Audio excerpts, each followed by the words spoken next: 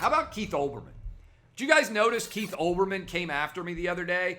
And I got to be honest with you, part of my life that sometimes seems funny is when I was a kid, I grew up watching Dan Patrick and Keith Olbermann. So the idea that Keith Olbermann would be angry at me in any way is really pretty fascinating.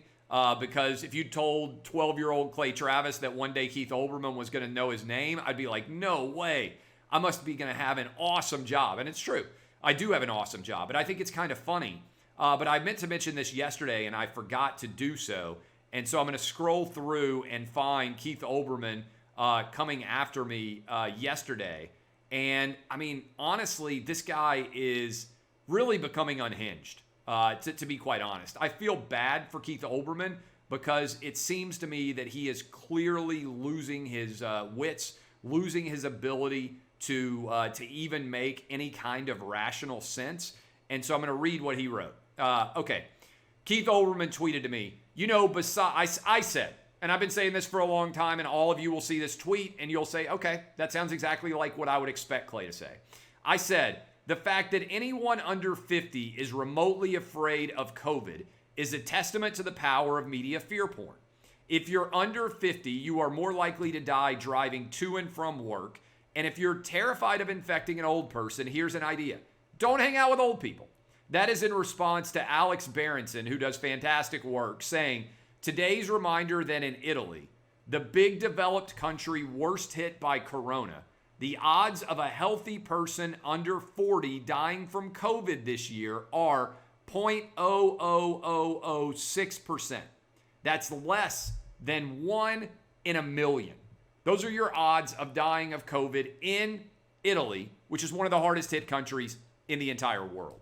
Okay, so Keith Olbermann fired back at me. Besides the death thing, goober, COVID-19 can also cause brain damage. Bluntly, son, you can't afford any more brain damage. That is Keith Olbermann. Now, I responded, Keith, you accusing someone else of brain damage is like your deceased idol Fidel Castro accusing someone else of being a communist dictator. I hope you get the mental health help you need, bud, sincerely. Because when I was 10 years old, you were awesome. So I wonder on some level, does Keith Olbermann have anybody who cares about him in his life? I don't think he's married. I don't think he has any kids. He sits around on his phone, constantly sending out all sorts of insane things every single day, to the point where I think if you read his Twitter feed, it's quite clear that he is mentally deranged. So I really want him to get help. And I think this is the case for a lot of people. Social media is not good for people with any kind of mental instability. And I think it makes mental instability worse because it is an emotional medium. And I am convinced that the reason why the country has gone so haywire over the last 8 or 9 years is directly connected to social media and the ability of all of this to be in our pockets, constantly playing on our psyche all day long. To the point where I just don't think it's healthy to spend as much time on social media, but particularly for people who have already depressive tendencies, manic depressive tendencies, issues with bipolar, mental illness, suicidal ideation.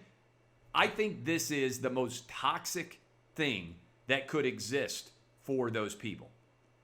I don't really think that social media has changed me in any way, and certainly it's been good for my business. But for people like Keith Olbermann, it's been a disaster. And I really hope that he gets help, but more importantly, that the social media companies out there start to take some responsibility for what their invention is creating and causing in this country and all over the world.